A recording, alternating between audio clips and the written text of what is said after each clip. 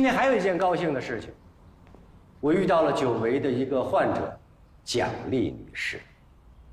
所以我现在特别想请蒋丽女士来给我们做开场发言。来，大家鼓掌。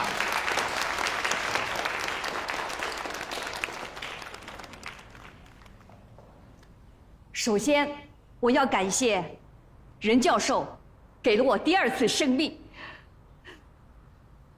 在这之前，我被诊断为癌症晚期，是任教授指点了我，我的病竟然完全好了。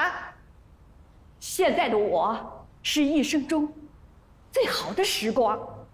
孩子们，你们要好好的学，把这么好的中医保留下来，传承下去。哎，蒋奶奶，您千万别这么说，您这么说很容易误导大家的，这不科学。怎么不科学了？我不管科学不科学，谁救了我的命，他就是好医生。蒋女士，谢谢您，谢谢您，谢谢。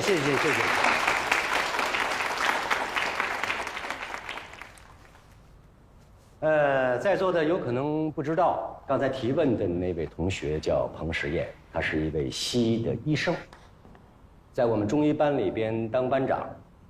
他说的没错，中医不科学，因为中医是学科。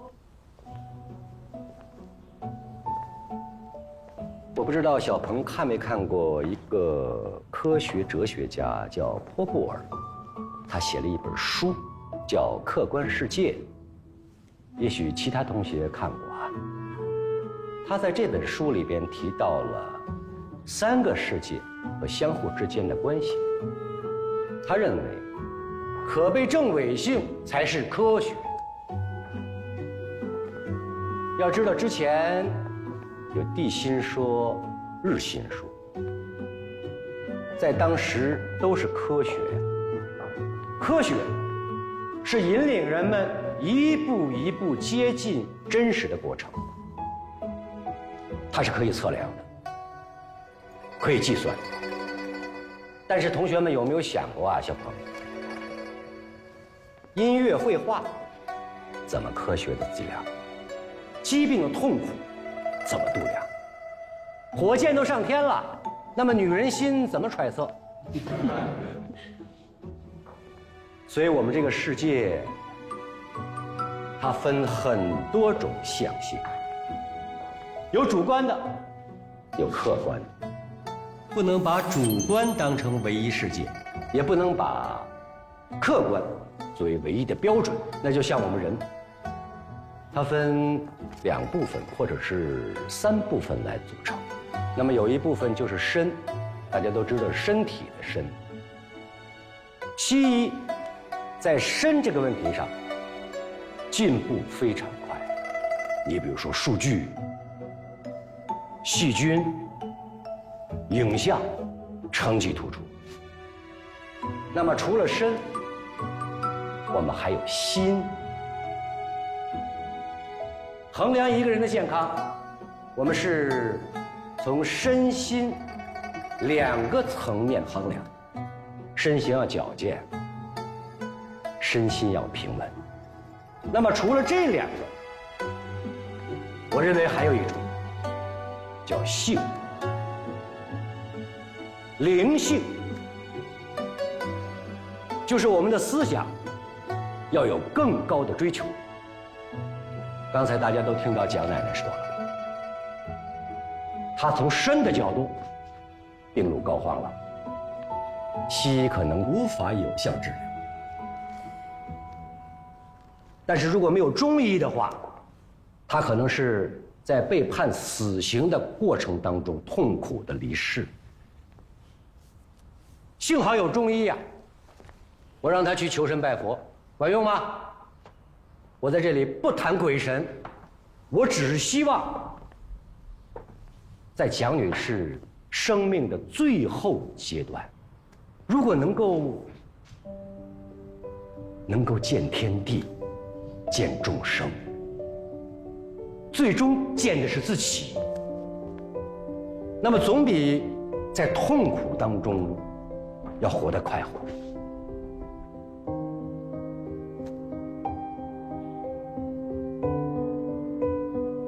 毕竟爬山呐、叩拜呀，它也是运动，对吧？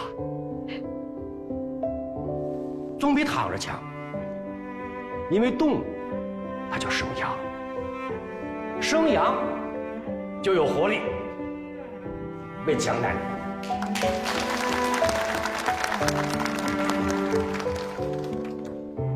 所以说，在中医的理论里，心的力量比身要大多了。一个人有坚强的信念，有坚强的意志，他就一定能够战胜身体里难以承受的痛苦。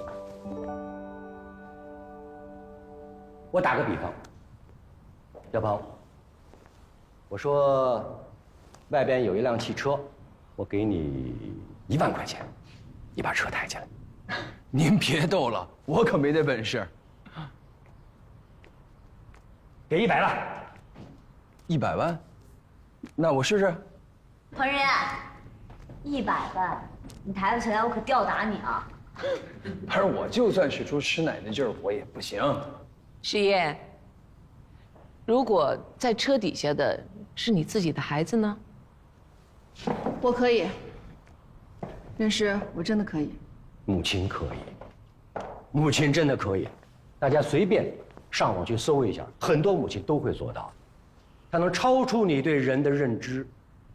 大家知道，人是有潜质的，我们人可以为自己的理想，为自己的信念献出生命。人可以为救助他人而舍生取义。在这一点上，在科学的眼里边都是不解之谜。所以我认为西医是术，它可以标准化，可以大面积的复制，但中医不是。我认为中医是个人的修行。它是道，这就是我为什么要成立师承班。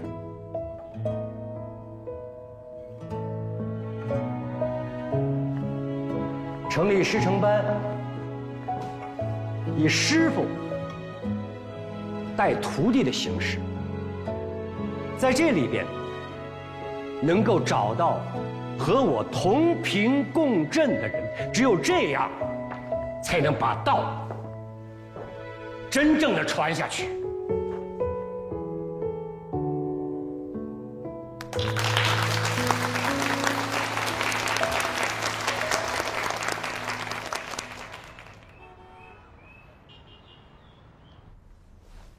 哎呀，我设立奖学金这么多年，还是第一次有这种服务。哎呀，吴教授，您和任教授的画风果然不一样，真人不露相。哎呦，那不敢。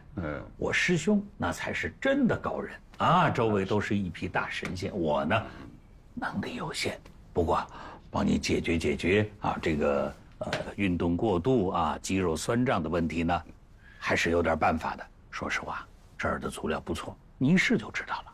啊，来吧，来，赶紧的来。所以什么事儿啊，要真心体验，那个感觉就不一样啊。你好，我是030158号技师，很荣幸为您服务。你好，你好，030128号为您服务。来，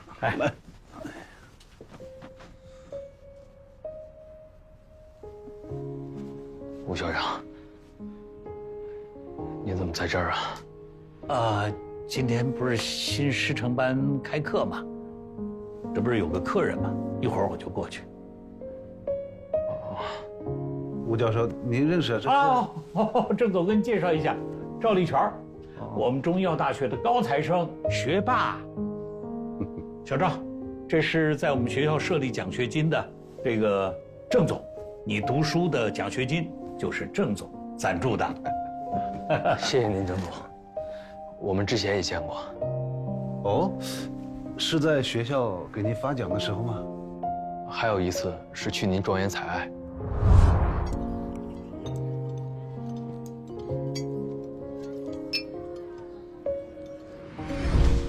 哦，对了，那次还是我带的队，我那么多学生，我就爱带他。哎，郑总，我跟你说啊，现在的孩子们啊，真是了不起。你就拿小川来说，从本科一直读到硕士研究生，那他跟其他的技师就不一样了。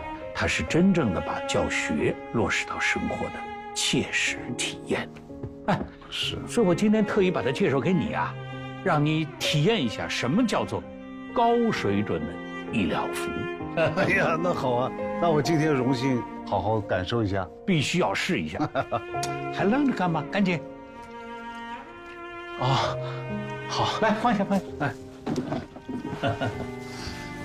我坐起来嘛。哎，对，郑总。哎呀，来，水温还行吗？水温可以吗？啊，哎，正好。您看您平时习惯用茶包还是用盐？茶包吧。哎，好。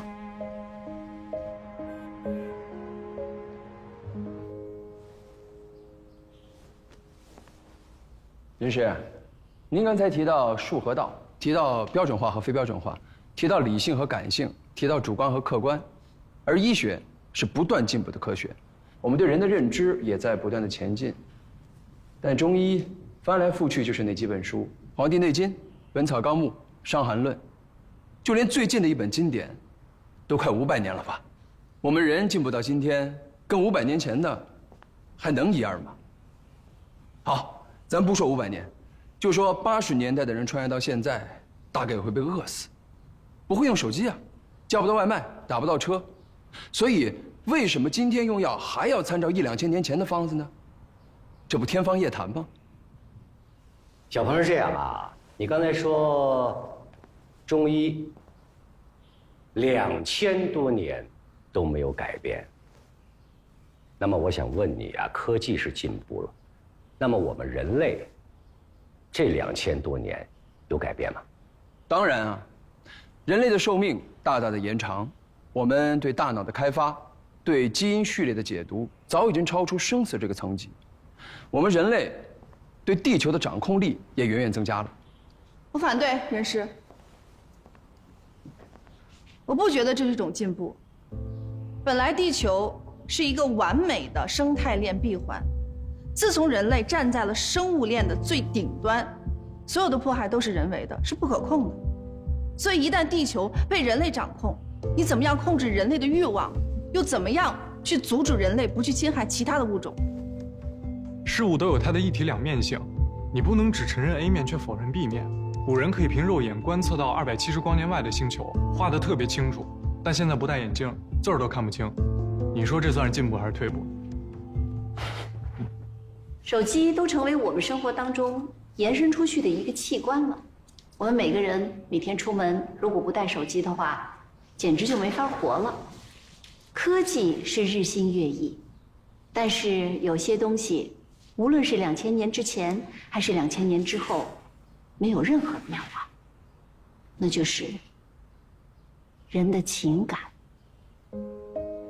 2000年之前，父母过世了，我们会哭；2000年之后，不是说因为我们现在有了手机，父母过世了，我们就不再伤心了。老师们，我跟你们讲理的时候，你们跟我讲情；我跟你们讲情的时候，你们跟我讲法；我跟你们讲法的时候，你们跟我讲人性。咱们能不能在同一个平台上沟通啊？这样啊，我们不能把中医跟西医一管的进出，因为这2个学问本身它就是不一样。你不能强迫中医科技化，你非要问我的方子里边哪一味药是治手麻的，哪一味药是治吐血的，我没法回答你，这是你的思维方式。我只能告诉你，人是整体的，药是整体的，它们原本就相互作用。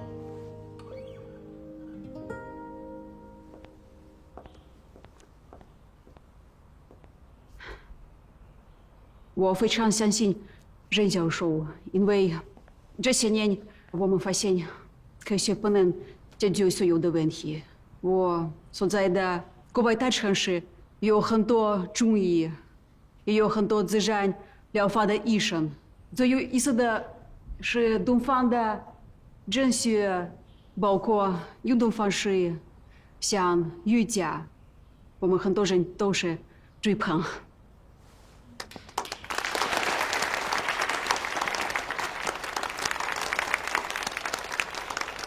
其实大家都知道啊，一阴一阳之谓道，科技是进步了。其实科技的进步，那只是宇宙洪荒当中非常非常小的一点点，我们不可以把它放大到全部。大家都知道对身体的伤害，我们《内经》里边已经说得非常非常清楚。那么外邪就是风、寒、暑、湿、燥、火。内邪就是喜、怒、忧、思、惊、恐、悲。无论怎么进步，这些东西都是没法改变的。任师，你又说的不对了。你看啊，古代的人吃不饱也穿不暖，但是现在的人已经不缺衣少食了，那为什么还有风寒暑湿燥火呢？你提得非常好啊。大家有没有注意到啊？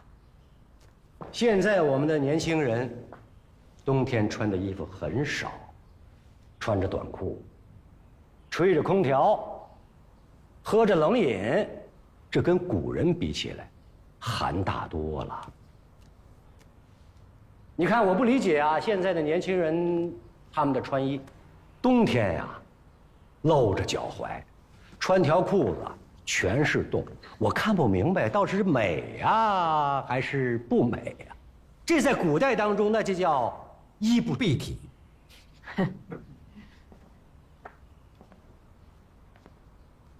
我对现在的科技还有时尚可能没有了解得很透，但是我观察到了一点，只要是有手机的存在，那么我们董老师的颈椎按摩那就生意是非常非常好的。如果哪位漂亮的小姐还有精神的小伙子穿的衣服越来越省布，那么我们的不孕不育这门诊就会一直开下去。《黄帝内经》有一句话哈，诸痛痒疮皆属于心。你看着它是皮肤上的疾病，实际上是内心紧张的反应。人的身和心不可能完全分开的。前一段时间，我听一个西医的专家，就是空军总院杨雪琴教授，他讲的课，说很多银屑病的病人，实际上是情绪的一个外化表现。那这正好跟我们中医的理论不谋而合。所以我认为啊，中西医之间的关系啊，它不是一个对立的关系，而是在不同之中去求得统一。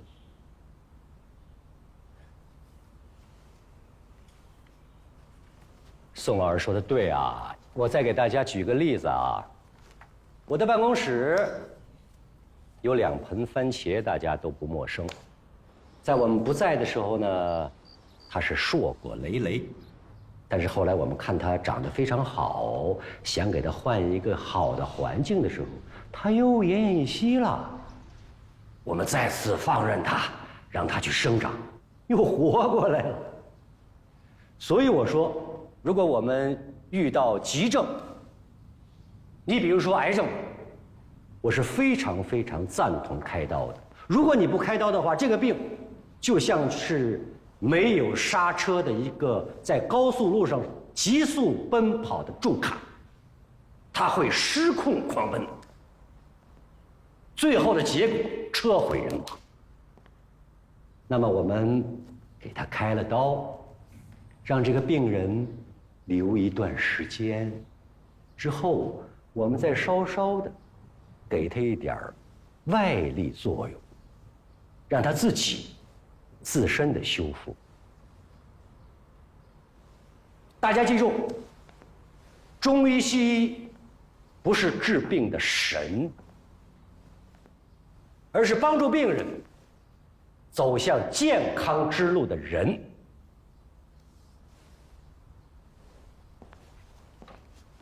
任教授，您刚才讲这个拜神的这个意义，我特别有感受。您还记得第一次见我的时候吧？我那会儿多绝望呀，我自己都感觉我都要活不下去了。您给了我一个古方，为了这个古方呢，我苦苦坚持了1年。我刚才就突然醒悟了，其实您让我找这个300年的瓦，就是让我有一个缓冲的时间，让我从悲恐中镇静下来，然后重新面对新的生活，对吧？谢谢您的良苦用心。哎呀，其实我在咱们医馆就是帮忙的这段时间哈，我见了太多形形色色的人了。有的人呢是外形健康，但他心里是有病的；有些人是外形、心理他都是病病殃殃的。其实人只要活着，哪有什么圆满的呀？不都是各有各的难吗？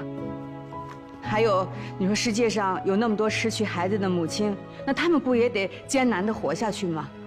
这么比的话，我就觉得我特别的幸福。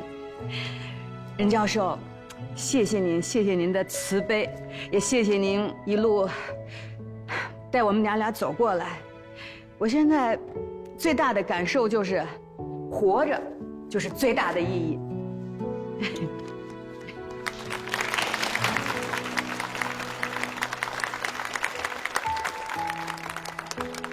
霞姐说的对，我们每个人都得面对自己的难题，这难题要是解决不了，就会成病，要么是身病，要么是心病。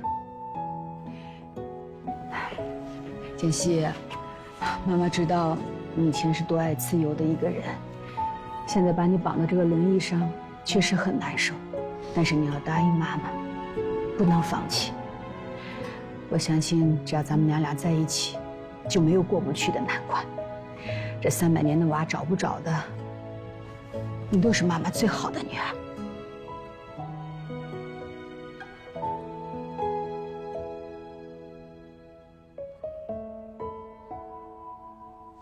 哎，你要找那个300年的娃呀？对对对，你找我呀？我刚去过那个山，那个山上就有一大片好几百年前的老房子，说不定呐就有你要的那个娃，我给你弄去。啊，好，谢谢。蒋奶奶，你还能跑啊？任教授都说了，动能生阳，我为他人服务，多做好事，我多做奉献，我能活得更长。好。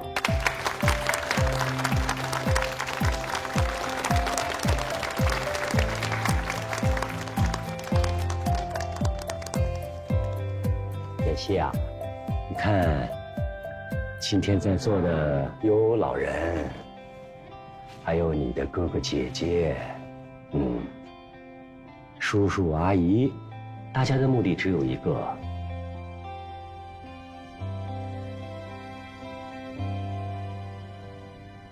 我们爱你。那你说，你还有什么理由要放弃生命？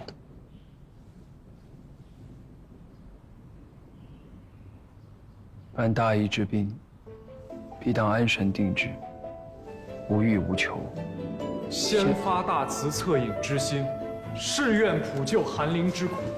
若有疾厄来求救者，不得问其贵贱贫富，长幼年痴，愿亲善友，华夷于志，普同一等，皆如至亲之下，亦不得瞻前顾后，自虐其凶，护其生命，见于胡闹。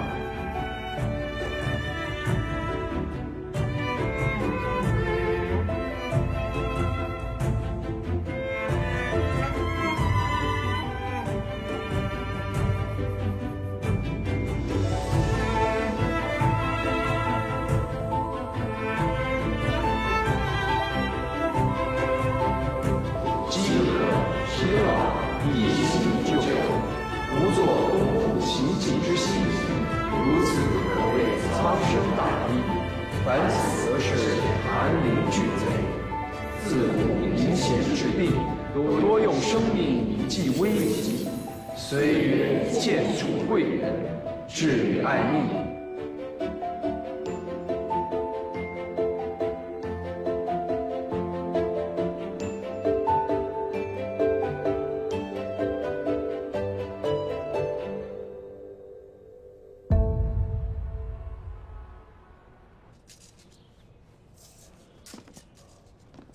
爹是真没骗我呀。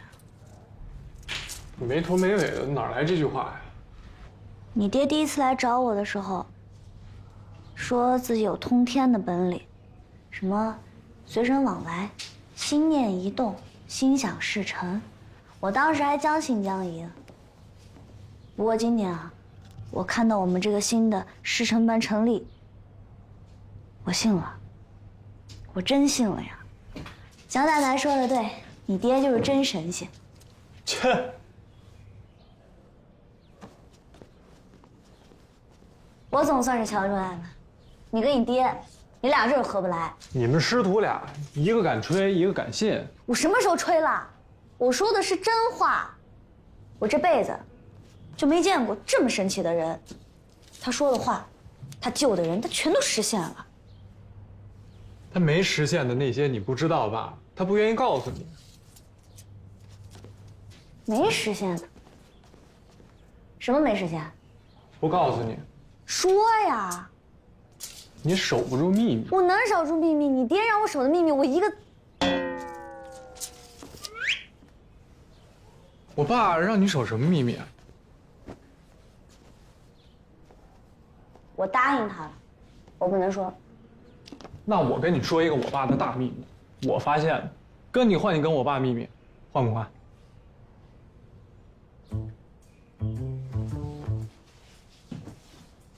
不会。行，扁给我。扁。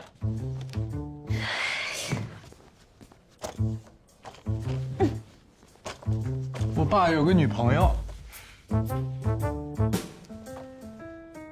换不换？不能！你爸不是这种人，而且你就想骗我，你想让我把我的秘密先告诉你，然后再告诉我，这没有的事儿，对不对？我爸那女朋友叫小百灵。鸟啊，啊，什么名儿啊？这种烂招数也只有你能想得出来，真是。谁让你们挂的？站下来！不是你让挂的吗？先把它拿下来。拿下来！这个鞭我承受不起，人要戒慎恐惧。这是人吴承恩说的。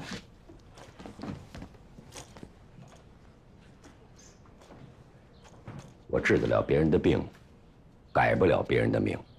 蒋奶奶之所以好了，是她的心性的改变。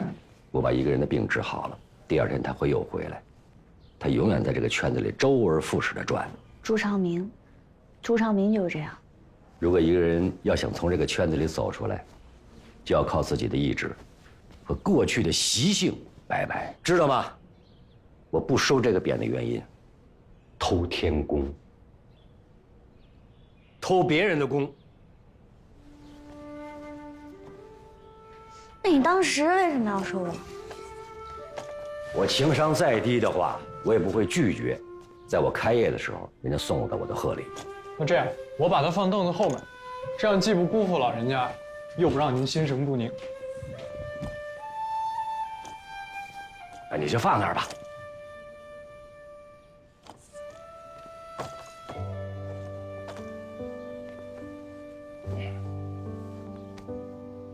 头头啊，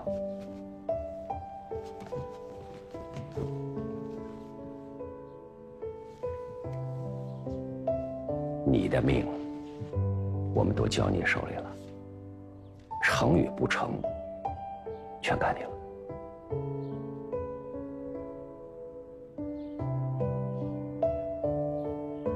师傅，其实我之前不相信什么努力就能改变命运这种话，因为像我们这样送筷子的小哥，个个都很努力，可是最后，我也没见谁最后飞黄腾达了。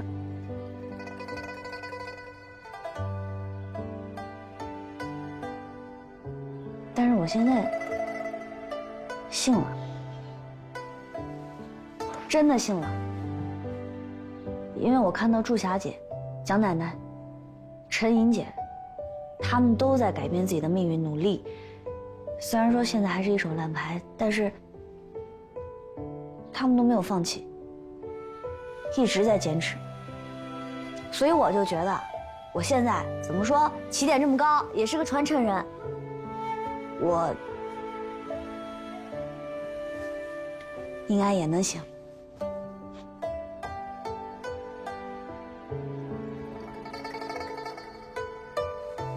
对吧？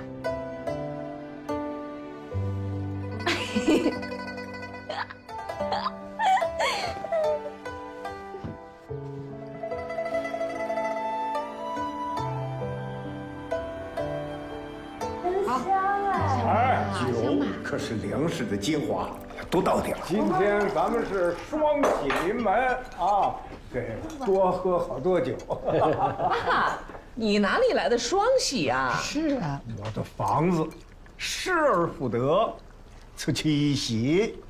啊，师承班同心开业，此其二喜。这得多喝吧？师傅，铃兰啊，本来没想卖您的房子，如果要卖呀，也是卖我们的房子。但是他故意不告诉您，让您担心。来，哎，师傅，这样，我先敬您一杯，感谢您对中医的恩德，感谢您对我的好，对我的照顾。这样我给您磕一个吧。师傅，回来，你又是给我敬酒，又是给我磕头，你是帮我呢？要敬酒，敬你师母，这可是女中豪杰。是，那我给师母磕一个。别，我们俩都老了，今后啊，支持你、扶持你的，应该是你的另一半。哦，铃兰不容易，给铃兰磕一个。那就感谢你后磕。感谢你这么些年不离不弃，跟着一个没本事的人在一起。干了啊！嚯！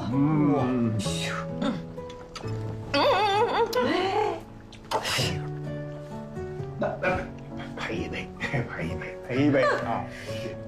哎，刚才是谁说给我磕一个的？啊？磕呀！心里都磕过了。哎，不许叹气。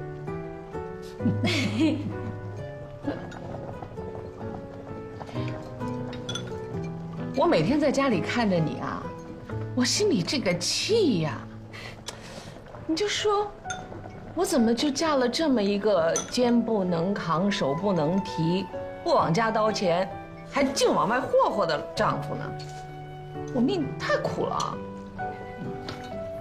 但是，任老师，你知道你在台上讲课的时候啊，我看着你，我还是很崇拜你的。真的，不开玩笑的说啊，你看，现在像你这样为中医啊一腔热情，无怨无悔，鞠躬尽瘁，死而后。不是那个师傅，他说你呢。置之死地而后生。就是你看，像你这样，就是对中医能够心无旁骛，能够抛家舍业这种态度，我觉得没几个人能够做到。我是从心里敬佩你，我敬你啊。你以后就不再骂我了吧？把酒喝了，我再回答你。您喝。干了。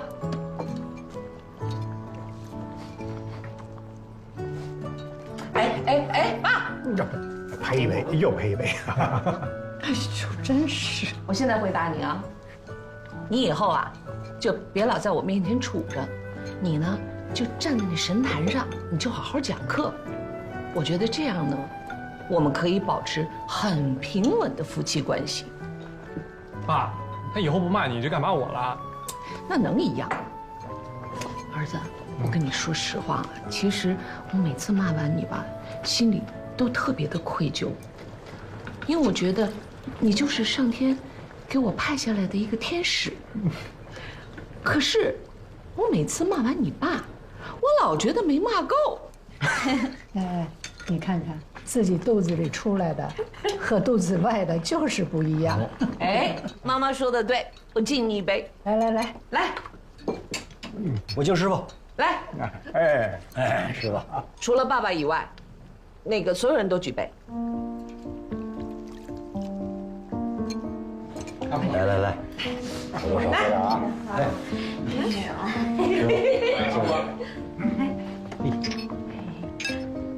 萌喝表酒。对，来，少喝点。我们不喝酒了。一口一口一口一口，看，呸！美酒。嘿，哎，多少蔬菜？谁呀？我就看了。哎，你吃你的。还有年糕。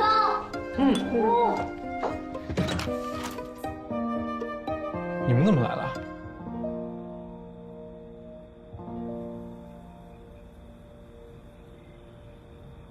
怎么这么突然啊？其实也不突然，萌萌已经休学1年多了，而且她最近的状况也挺好的，我们就想着9月份开学的时候让她复学了。他现在还没痊愈呢，这个时候回到学校会有风险的。我们也想到这一点了，所以想把他提前接回去，按照学校的作息让他适应一段时间。对，你们的考虑非常周到。不过您放心啊，我们会定期带他来复诊的。谢谢小任大夫，当然还有宋大夫，谢谢你们一直为萌萌考虑。不过萌萌她的高中学业还没有完成，她还是要通过学习实践，将来自己走入社会。是的。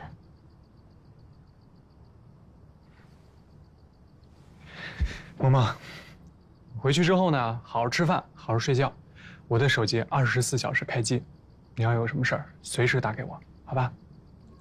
我们也会过去看你的。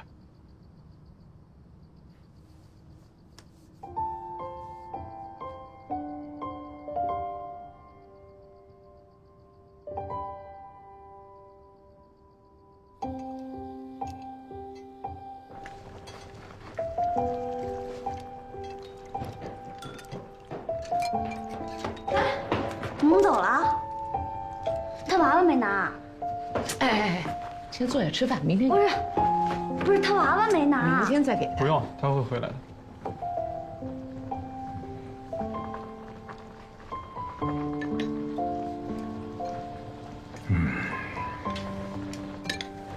哎，天下没有不散的筵席。他回去，乃正常的归宿。啊，来，吃饭。吃饭啊，来。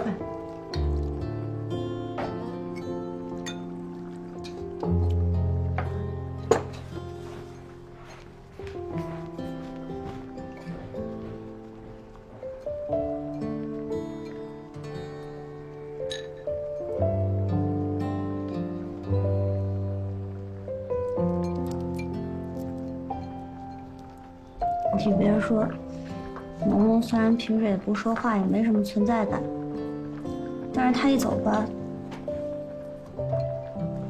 总觉得空落落。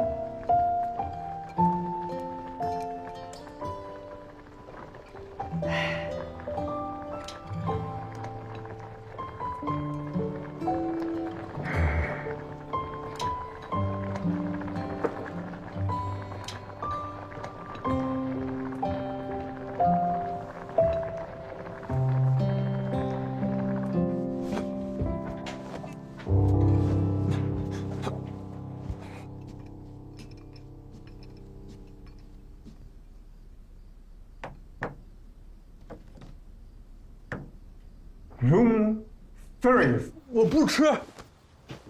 哎，你帮我看看我的抖音怎么了？哎呀，我的乖孙子啊，我那个抖音不能用了，急死我了！来，帮我。哎，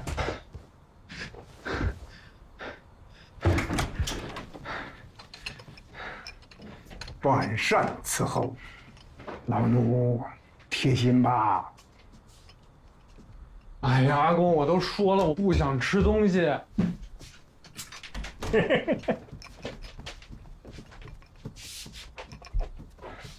你看，茶饭不思，心情低落，你这是病了？我没病。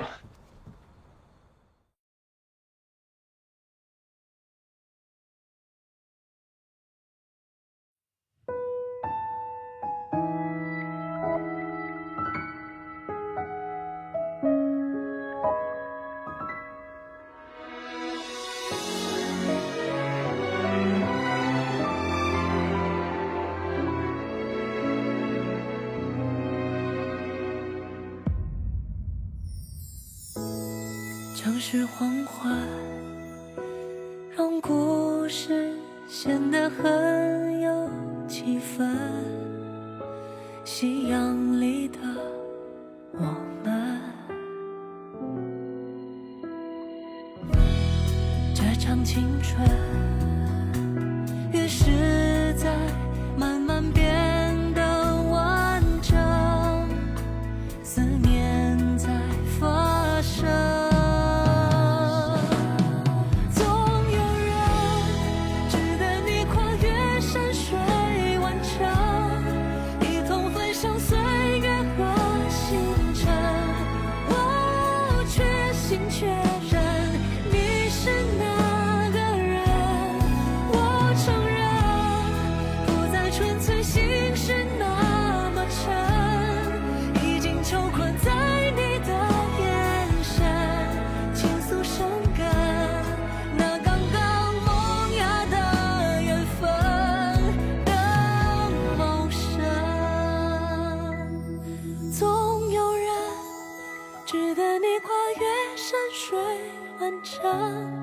一同分享岁月和星辰，我确心确认你是那个人。我承认不再纯粹，心是那么沉，已经囚困在你的眼神，倾诉生根，那刚刚萌芽的缘分。